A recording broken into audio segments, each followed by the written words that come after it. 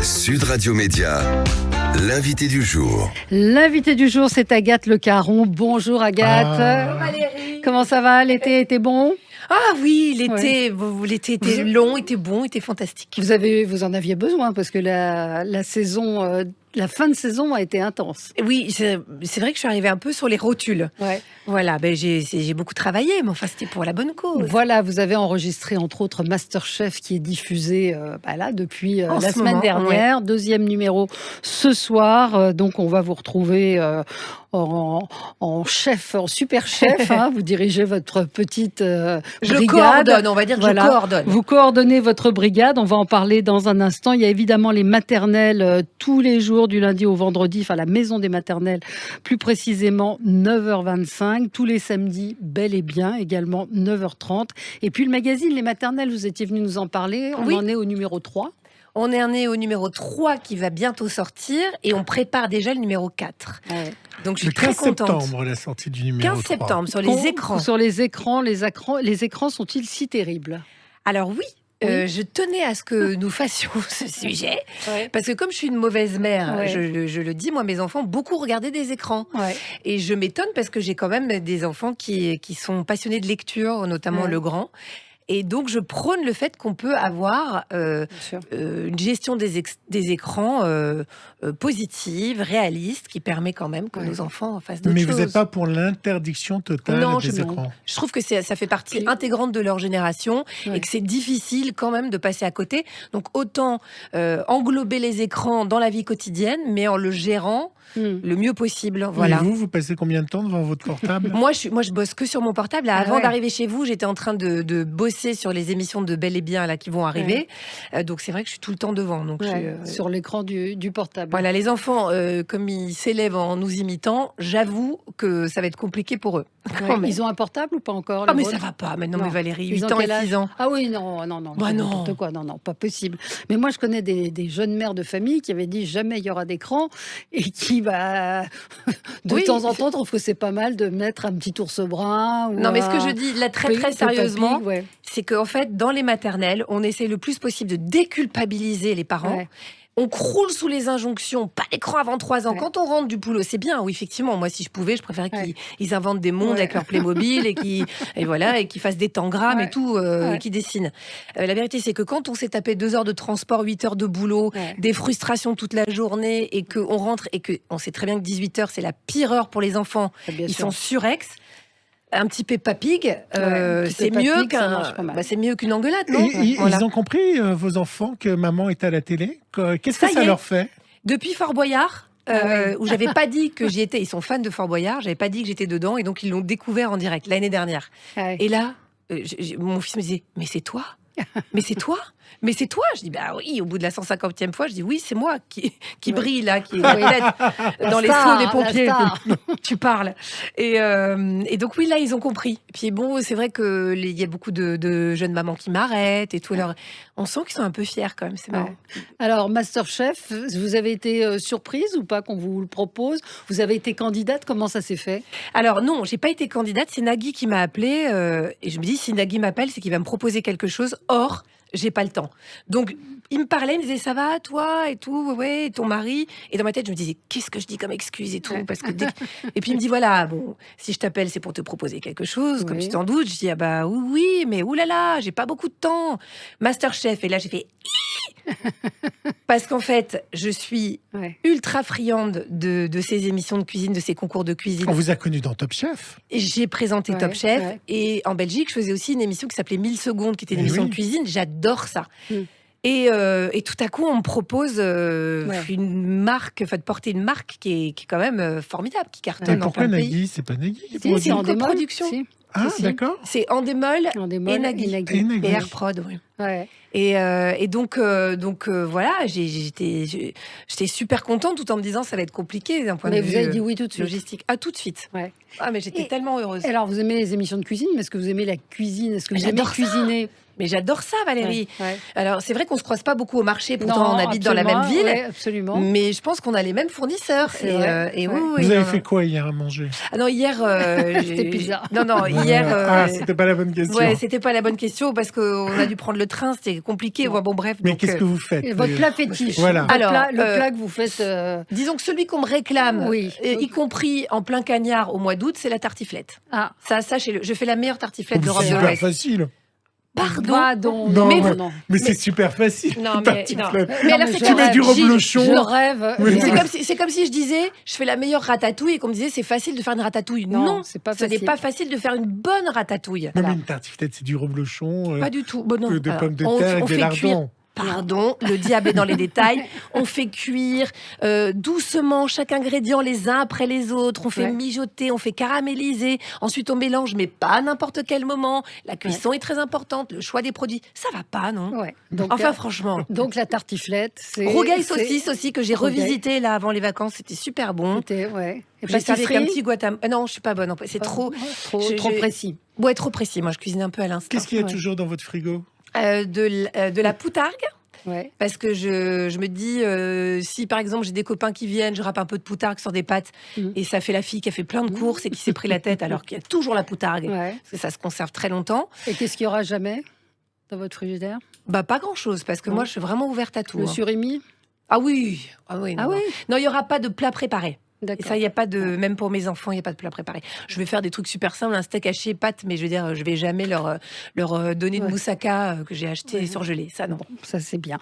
Donc, vous avez tourné ce Masterchef. Alors, on vous retrouve à vos côtés Yves Candebord, Thierry Marx et Georgiana Viu, qui est formidable. Ah, moi, c'est mon coup de cœur. Moi aussi, je l'ai découverte. Elle est formidable. Franchement, elle a un personnalité. Parce qu'elle est dure dans un gant de velours. On sent qu'elle est en empathie, mais qu'elle a une dureté.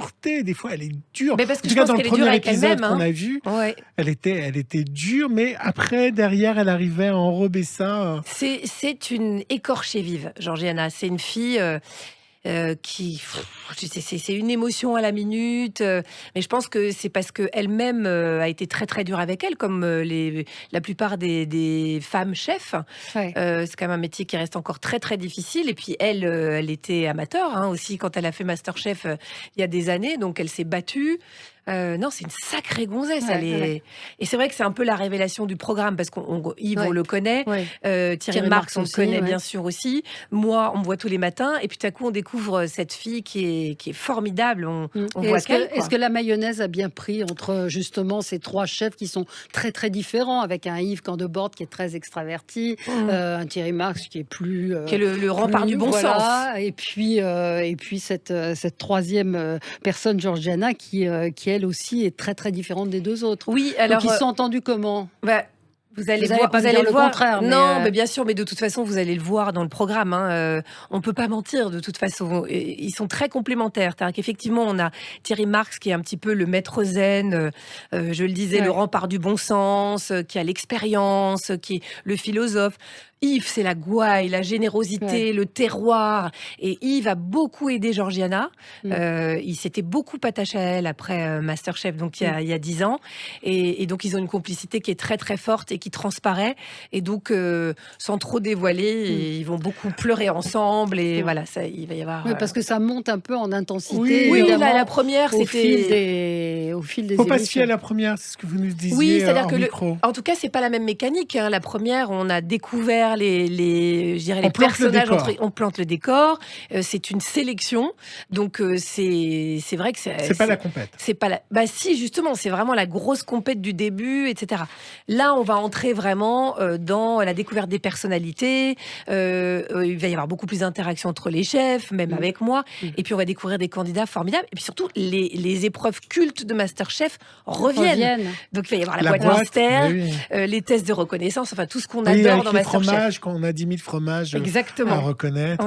Ça c'est vraiment rigolo. Et c'est pas frustrant pour vous C'est horrible. Écoutez Valérie, franchement, de toute façon, qu'on vous voit pas beaucoup manger, on voit le regard un peu envieux, un peu c'est-à-dire que vous voyez mon regard frustré, vous pouvez le dire. J'ai un regard triste. Complètement. triste et frustrée pendant tous ces épisodes. Non, je ne pouvais pas goûter. C'était pour les chefs, donc j'ai pas arrêté de râler.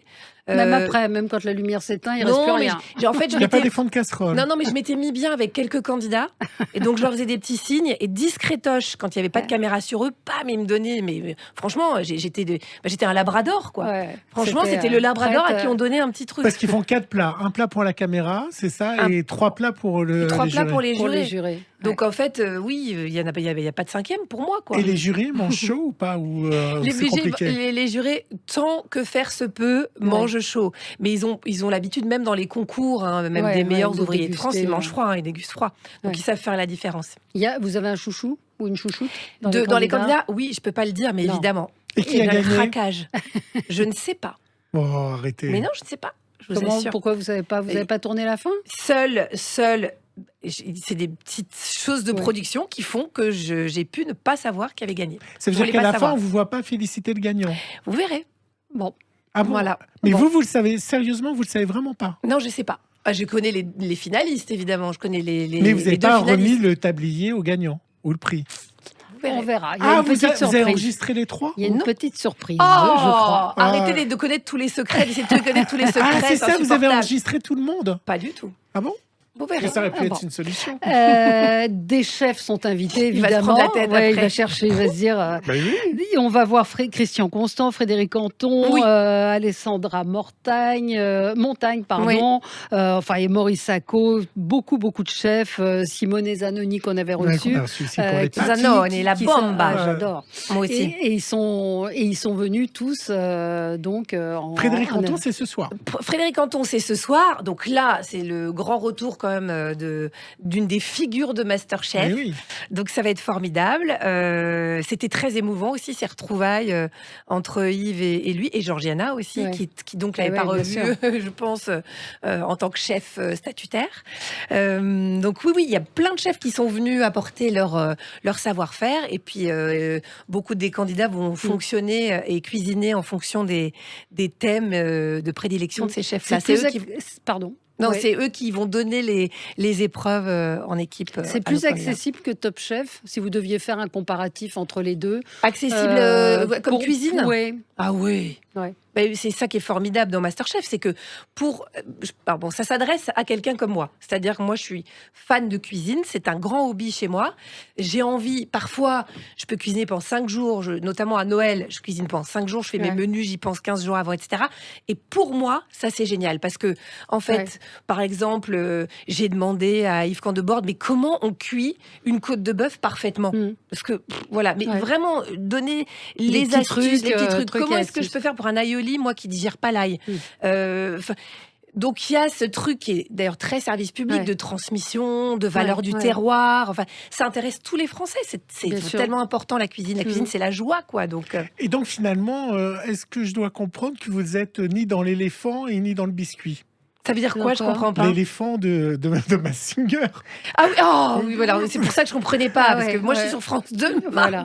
Oui, parce que c'est vrai que TF1 vous a fait un mauvais coup. Faire le lien. Ça vous a fait bizarre de se dire que vous allez être face à Mazinger ou pas? Écoutez, je suis en instance de divorce. Je rappelle que mon mari travaille à TF1. TF1, Et j'essaye, là, pour le moment, d'essayer de garder le chat. Je ne sais pas comment ça va se passer. C'est une blague, c'est du second degré. C'est du second degré. Parce qu'on peut avoir des reprises comme ça, parfois. Oui, non, je ne suis pas dans l'éléphant. Non, où je divorce, Agathe Le Caron. Je ne suis pas dans l'éléphant, je ne divorce pas, j'aime mon mari, tout va bien. Voilà, mais c'est vrai que c'est un frontal un peu rude. C'est une grosse concurrence. Après, MasterChef, c'est une grosse marque aussi. C'est très fort, MasterChef. Donc, que le meilleur gagne. Voilà. Que le meilleur gagne. Il y a encore de nombreux épisodes à suivre. Donc le mardi 21h10, 21h, vous pouvez vous asseoir avec votre tartiflette devant la télé. Vous regardez ou pas? Non, j'ai regardé la première, mais j'ai du mal. J'aime pas trop me regarder. Et puis le replay sur France.tv aussi. Évidemment, tous les samedis, Bel et Bien, 9h30, et puis la Maison des Maternelles du lundi au vendredi. Merci beaucoup, Agathe Le Caron. Merci à tous les deux. Et puis on attend le prochain numéro. La prochaine tartiflette. Non. La prochaine fois, j'arrive avec et vous ferez moins le malin. Non, mais on n'habite pas loin, on habite à 500 mètres, donc vous m'inviterez à manger la tartiflette. Voilà. Je vous inviterai à manger ma tartiflette. Merci Agathe Le Caron. Dans un instant, Jean-Jacques Bourdin. À demain 9h.